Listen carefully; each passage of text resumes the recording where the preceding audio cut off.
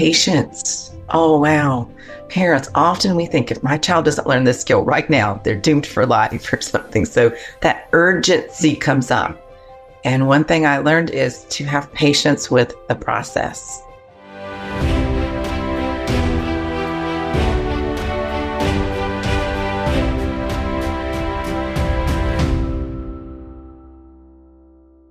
So Kelly, when children are putting their best foot forward, they're really trying. And sometimes as parents, we're looking at them and saying, you're not doing it the way I want. I'm going to tell you what to do, how to do. What can parents do to remain encouraging and empowering of children? Well, number one would be not to say some of the things that we're thinking, because when we teach our children to make their beds at first, they don't make it the way that we would make it. There are not clean lines. There are the sheet is hanging below the comforter or the cover. And so just to keep our mouths shut with some of the things we're thinking is a way of encouraging our children. And then also keeping that take time for training a tool in mind, that they will get to try something again and again and again. And I encourage parents to think back to skills that we developed. We probably didn't have the skill exactly the first time we tried it. It's repetition that helps us. And also to remember that, I think Jane Nelson said, children don't have the same exact values that we have. So to remember that, we've asked a child to make the bed because we like the way it looks and functions, but children may not have that value. And so they're going to approach the project and the task from a completely different place. And just as an adult, when I'm learning new skills, I think I get feedback from other people a little bit too much anyway. And I've noticed and told them, I'm not ready for that feedback yet. I'm still working on this basic skill right now. And another thing I remember asking my children is that what and how question, or what do you think about that? Or how do you think it looks? Or what do you think would help tighten up that sheet, or whatever it is? So asking what and how questions again. Also, now I'm thinking about going back to take time for training, that we do it together first. So we might do a task together for a long time before I would ask the child to do the task himself or herself, so that there's lots of teaching opportunities and just modeling. I remember suggesting or telling some of my neighbors about that my children were helping cook, and that parent thought it was a great idea. And so they just told their child that they were supposed to cook one night. These are teenagers. It's your turn to cook one night. But there wasn't any time for training. And so the child had not had a lot of experience in the kitchen, cooked frozen pizza for dinner. I mean, to me, that's okay. If the child doesn't have much time for training and cook the pizza, that's fine. We have to think about that process. If we're going to hand a task over to the child, what do they need to be successful? And one of those things is doing it with someone first, having a lot of experience doing that before they can do it themselves, usually. Wow. That makes such a great point for me to know that sometimes our expectations and what skills they have is one of the biggest things to look forward to. I'll be definitely mindful in that area as well.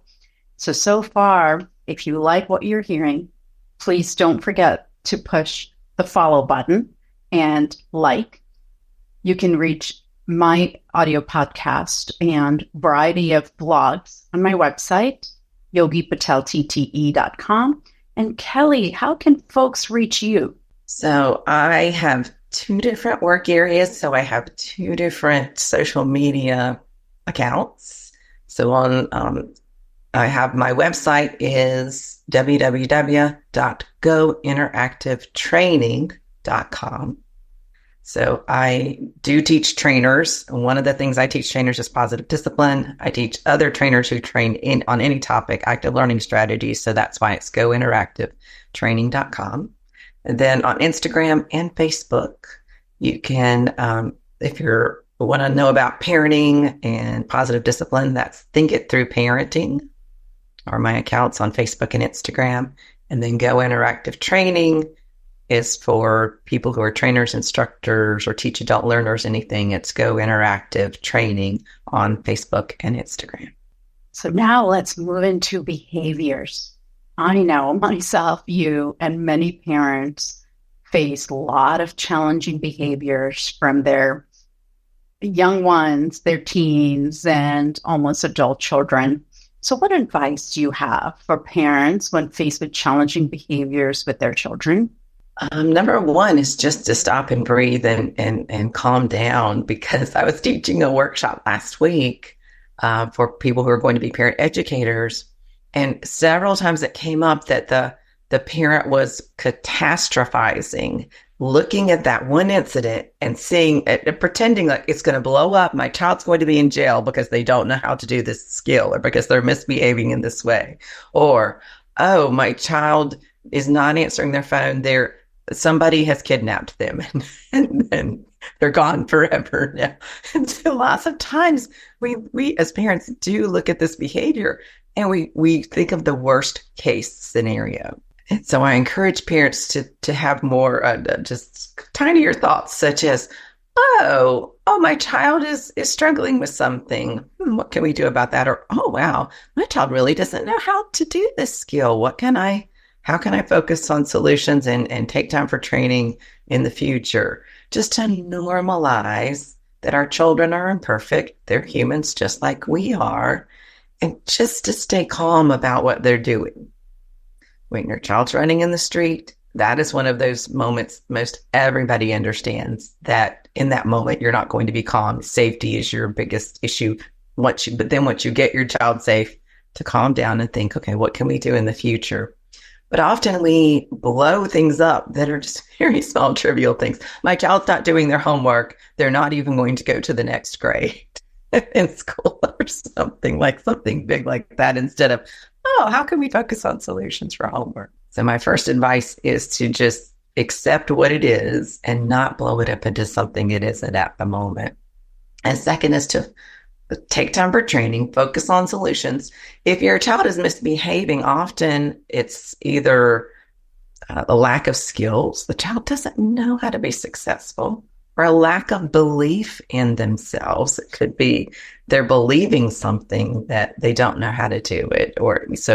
We have these ideas in positive discipline that are Adlerian, come from Alfred Adler and Rudolf Dreikurs, about mistaken goals of behavior. So it could be that the child has this belief that is actually guiding that behavior. And so the idea is to be a little bit curious as a parent, be a misbehavior detective, and try and figure out what is the real underlying reason for the behavior first, and then move out of that, especially those behaviors that are patterns that keep happening over and over and over again. Start observing, ask some questions to your child. What do you notice? And also the mistaken goal chart that was created by Rudolf Dreikurs has a column where we look and see what our feelings are when children are misbehaving, and that will give us some clues as well. Those things that happen a lot. First, do some detective work before you act. And then secondly, if a behavior only happens one time and never happens again, I just don't make a big deal out of it. It's those patterns that God, obviously this child's struggling with something. This keeps happening over and over again. Let's dive under that and see if we can first figure out what's the cause and then move from there. Now we're continuing to talk about these behaviors. And we talked about helping around the house or tasks, so parents, when they're faced with challenges where children resist, often they don't want to complete a task or an activity. In positive discipline, how would we work with our children when those challenges happen? And I'm asking this because often we think we've heard this podcast or this video is watched, or we take a training and next day things will change. So what can parents do? Well, get curious, like I said before, but when we're trying to teach tasks, I think it's helpful to get into the child's world.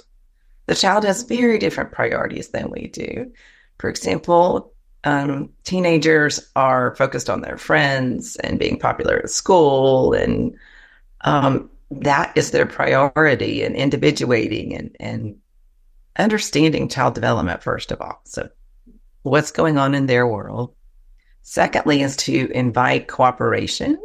And that can't be done unless there's a strong connection in the relationship. So it can be helpful for parents to validate, I know this isn't your priority. I get it that it's mine. How can we work together? Because I think this will be helpful for you in the long run. What can we do? One time my son said, Mom, I actually like it that I have to help cook and that I get to do things for myself, but I just don't have a lot of time right now. I've got a lot going on. That was true. We tried to figure out this was when he was the teenager, my son was the teenager, tried to figure out when he could do this task that was a good time for him. So we were focusing on solutions after I got into his world to figure out what is the real barrier here for my child. And so patience. Oh, wow. Parents, often we think if my child doesn't learn this skill right now, they're doomed for life or something. So that urgency comes up. And one thing I learned is to have patience with the process. Secondly, is breaking those tasks into smaller steps, smaller chunks, because it can get so overwhelming that we say to a child, clean your room, or go clean out your car if it's a teenager who has a car.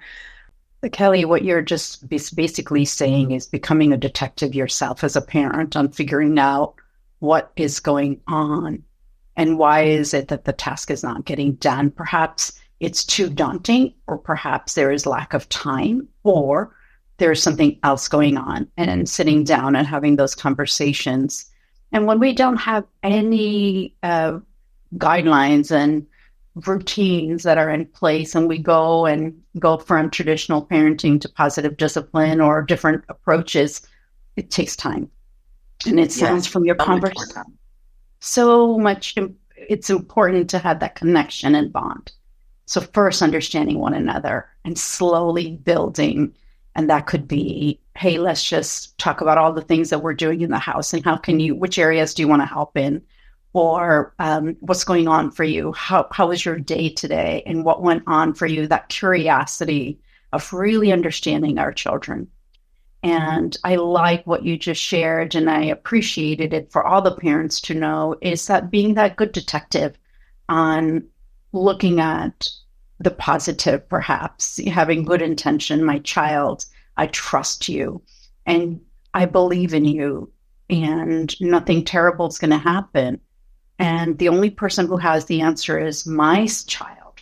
So I'm going to ask you versus ask my emotional brain for possible cause and scenarios of what might have happened. These are very, very helpful tools, because I know many times I've tried different approaches of parenting, and they're short-term because we either don't know how to implement it or where to start. And I believe this conversation with you is really helpful in parents to just even get started and then staying focused. If you like the content of this video, please don't forget to follow. And also, if you want more information, visit the website, Yogi Patel, TTE.com.